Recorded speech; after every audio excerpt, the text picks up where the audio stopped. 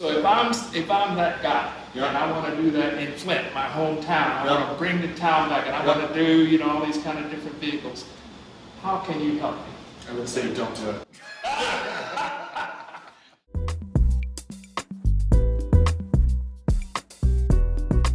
Justin, you came here how long ago? No connections to Michigan or Detroit. Moved here a little over 2 years ago, in the fall of 2023. Yeah, and I understand you came from the financial industry in New York? You know, there was a stop between a decade in investment banking and the finance world. My prior startup, which was an e-bike company, which I think we'll see if we'll wander around, and then moving here to start Bloom. Yeah, so you had an e-bike company. I did. Based in New York? I did, yeah. It was based in Brooklyn and it was based in Sao Paulo, Brazil. So it was an investment that I participated in, and I stepped in as CEO of the company during the pandemic when e-bikes were all the rage, and we were growing at a crazy pace, and it was a global e-bike brand. We were in South America, North America, and our production was in Asia when I took over. And then we moved our production to Detroit Bikes, about 9 miles away. And that was my first instant. Okay, that's how you got connected That to was Detroit. my gateway into the city. Okay. What was the connection to Brazil? The original founder of the company started the company in Brazil, in Sao Paulo, which is a very congested city. We used to like to say that it had the traffic of LA, but the hills of San Francisco. So it was a perfect city for an e-bike to be able to get around the city. Him and I connected when we started the company. He started it a couple years before me, and then I took over as CEO and helped scale it to what it was when I exited it in 2023. How did you finance that first venture? I raised some money. I raised 2 rounds of capital, 2.5-ish rounds of capital. Put a lot of money. Put a lot of my own money in. Self-financed it. But it had raised some money before, so it had gone through a number of rounds. It was kind of that kind of mid to late stage startup when I entered it and ran it for a couple of years. So I remember buying my first e-bike in 2019, a Turn. Great company. Before things went crazy. Yeah, right? Of course. And then in 2020, I think things were starting to get crazy. I bought the recent Mueller. I won't even talk about how expensive that was. But it's like a car. The market just went, definitely. The market went crazy. Yep. And then, boom, what happened? Wow. Where to begin? A lot of things happened all at the same time. Really, when you look at there was substantial growth year over year in e-bikes in alternative forms of smaller electric mobility, and so the demand was really growing. It was definitely there. But the bike industry is very unique in how long the supply chain is. So people will put in orders for parts and componentry 2 years before they actually are assembling or putting bikes together. And these parts are coming from China for the most part? Coming from all over, but mostly Southeast Asia. China, Vietnam. Yeah, China, Vietnam, Indonesia. Taiwan. And so it's really hard when production is that long. It's really hard to predict that type of market growth or slowdown or any sort of change in it. And so what ended up happening really was, we remember back to the pandemic, there was a massive shortage, and then there was a massive oversupply. And it was mostly because people, me, everyone started going to their bike shop and wanting more bikes. We were at home, we wanted to get outside, we wanted more activity, we wanted alternative forms of transportation. Also at that time, a lot of state level and local level rebates were coming in, so it was all hitting at the same time. Everyone went to their bike shops, not just one bike shop, but multiple bike shops. And then all those bike shops put orders in with their distributors. All those distributors put orders in with their companies. And everyone thought that demand was a lot more than it actually was. And there was some truth to that. But in that case, it swung wildly in one direction, and it didn't have sustained growth. And so the problem is, in all of that, you get a lot of build up. There was a lot of excitement. It was also coming off the, I would say quite a popular, if you're familiar with the hype cycle curve. Yeah. The hype cycle curve. We were at the point in the hype cycle curve where there was a lot of venture money, there was a lot of investment. It was easier to start businesses. It was easier to enter the market. There was a lot of excitement around that. And so there was a lot of build up and hope that it was going to be a lot more than it actually was. We then crashed. Now we're getting back to some sort of, actually we're still crashing, getting back to some sort of normalcy. So Chris and I, the founders of Bloom, when we started the company in 2023, it was really off the idea of the entire industry needed to operate more efficiently. And so we started putting together the pieces for the mobility world. Yeah. It's broader, it's not just e-bikes, but that was the first vehicle and product type that we serviced. And since then, we've been into drones, robotics, and other types of vehicles and products. Because the same core idea stands behind, e-bikes as it does, any other type of general hardware. There's better, more efficient ways to operate.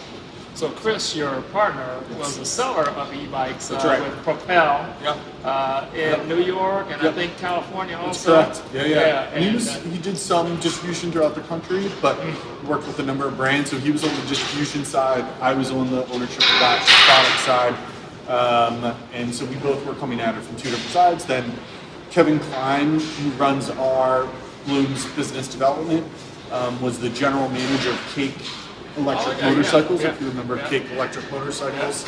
And so, we were the first it was the founding team of the company, and then we since have grown, but that was the real core idea. All those companies and all of us faced issues in operating and scaling our hardware business. And we see all of these kind of different kinds of vehicles now, a lot of cute bikes, a lot of cool bikes and things, one-person vehicles, all this kind of stuff.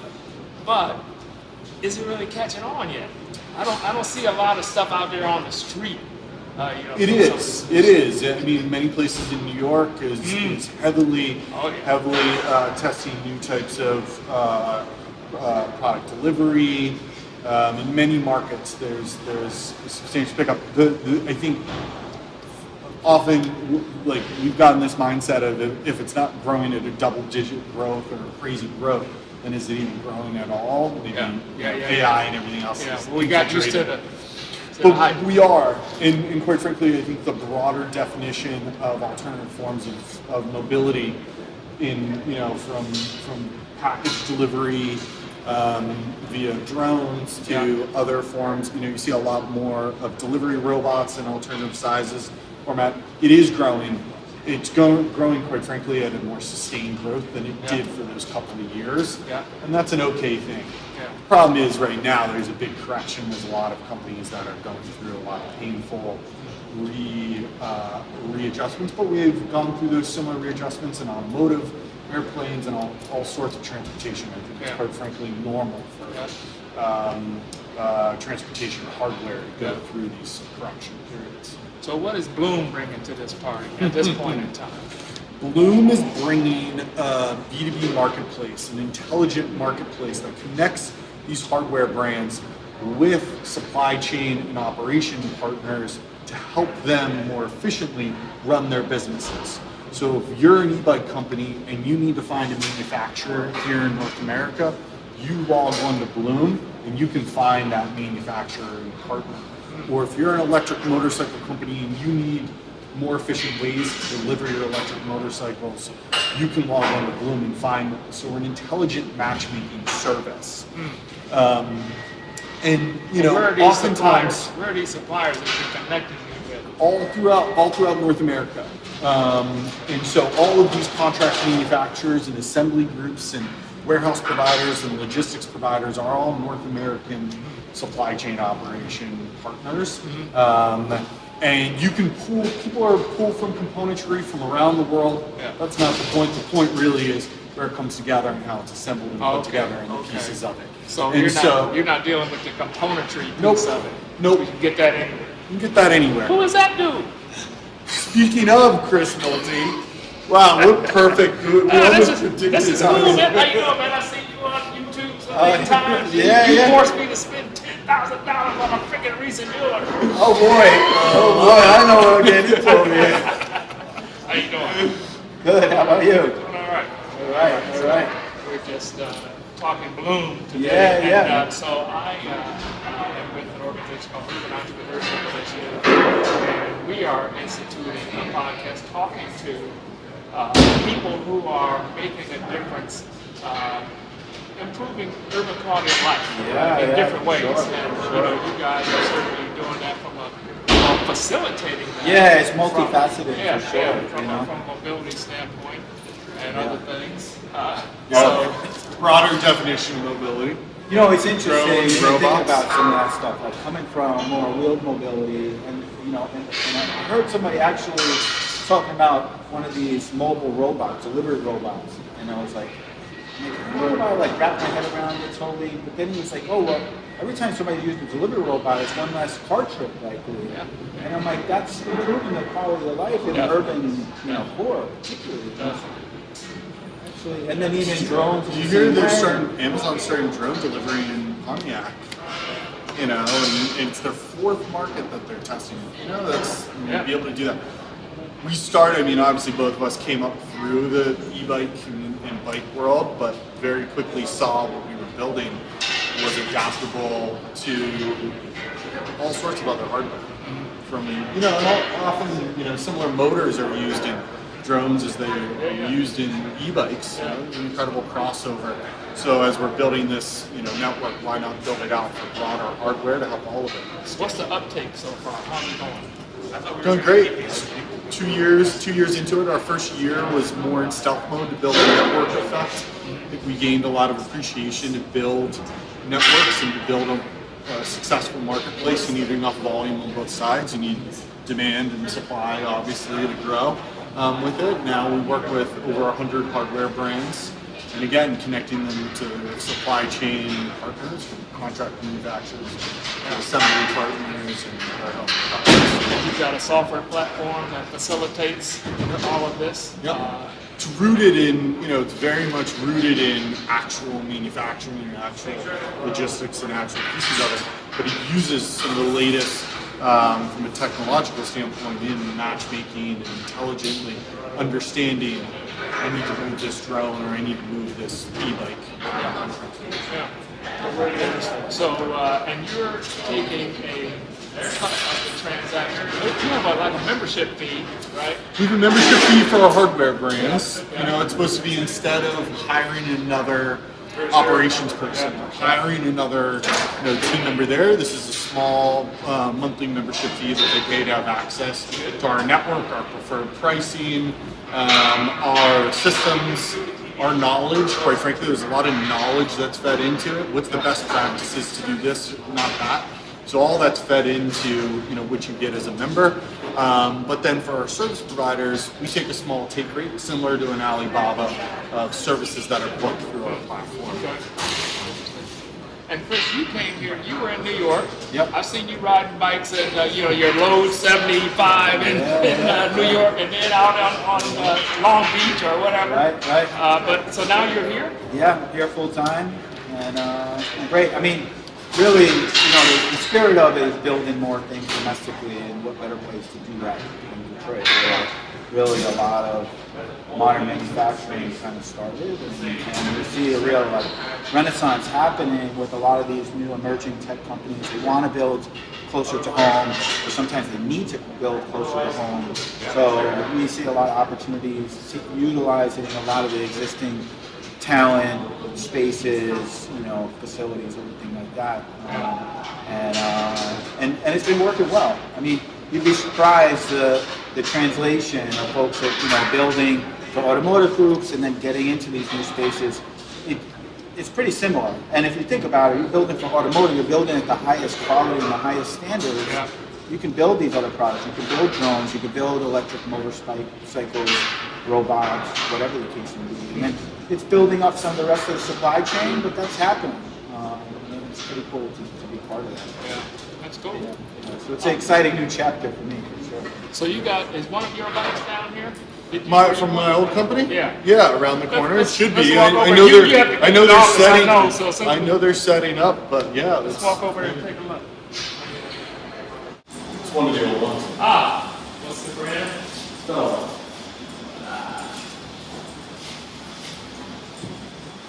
Oh, so that the batteries are down to. Yep.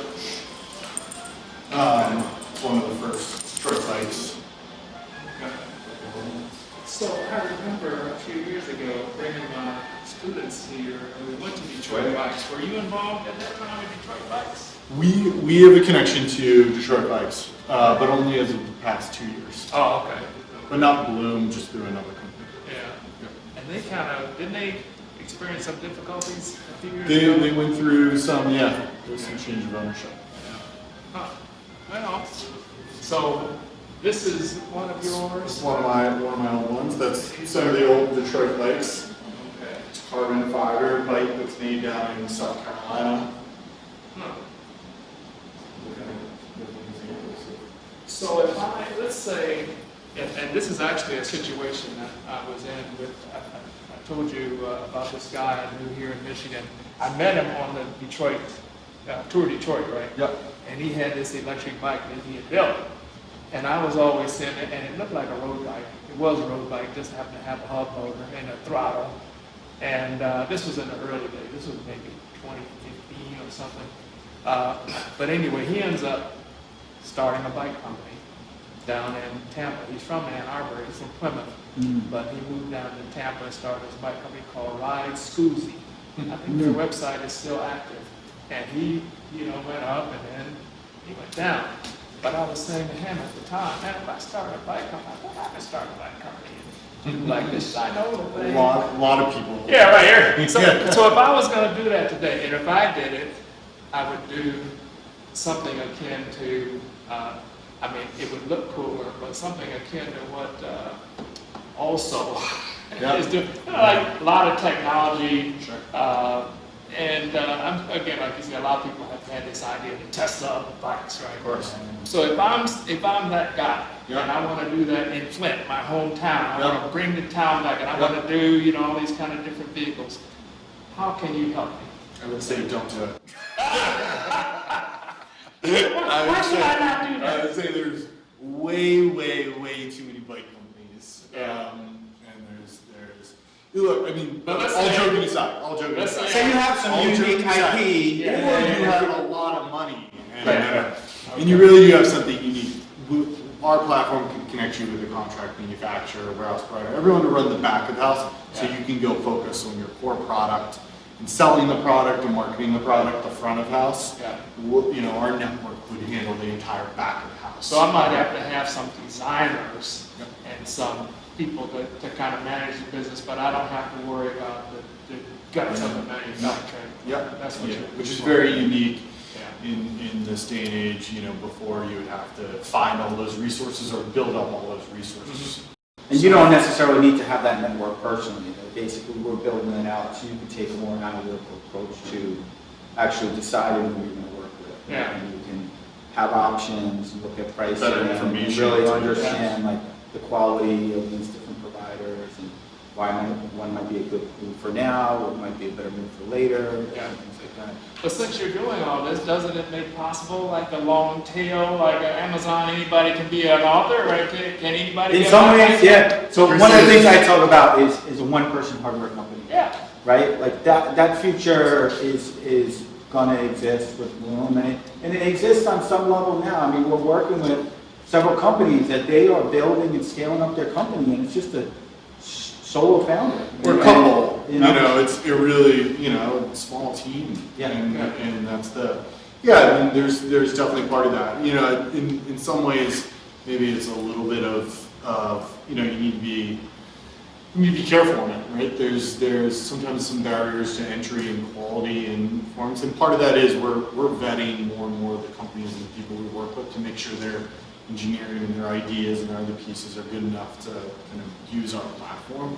That's an important part. It depends on what you're building, right? Like you're gonna build like a new nuclear reactor or something like that. It's probably you're gonna take some real significant investments, but you want to make off a run of 100 bicycles or something like that, you have a lot more flexibility. And you could do it and say, okay, I'm just gonna make 100 and that's it, that's okay.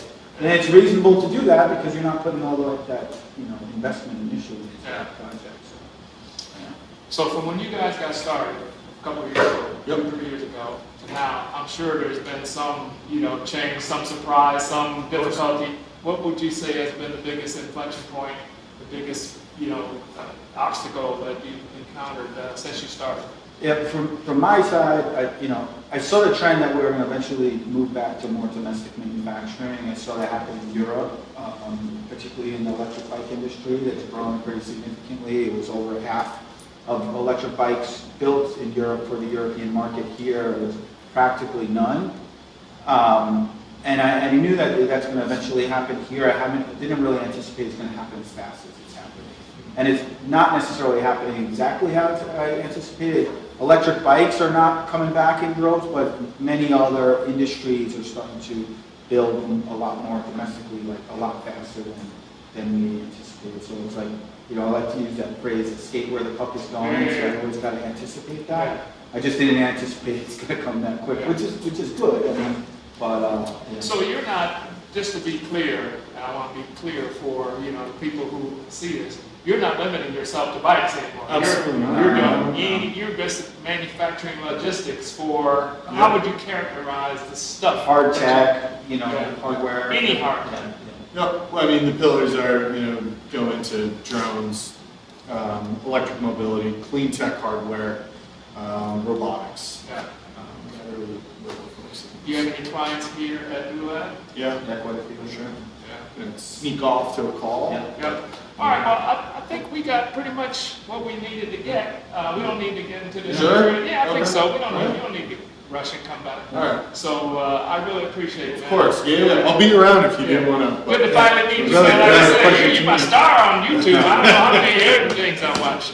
So Really appreciate that. Yeah. What bike do you have, by the way? So I have the homage. Oh yeah. Full I got suspension. that 2020.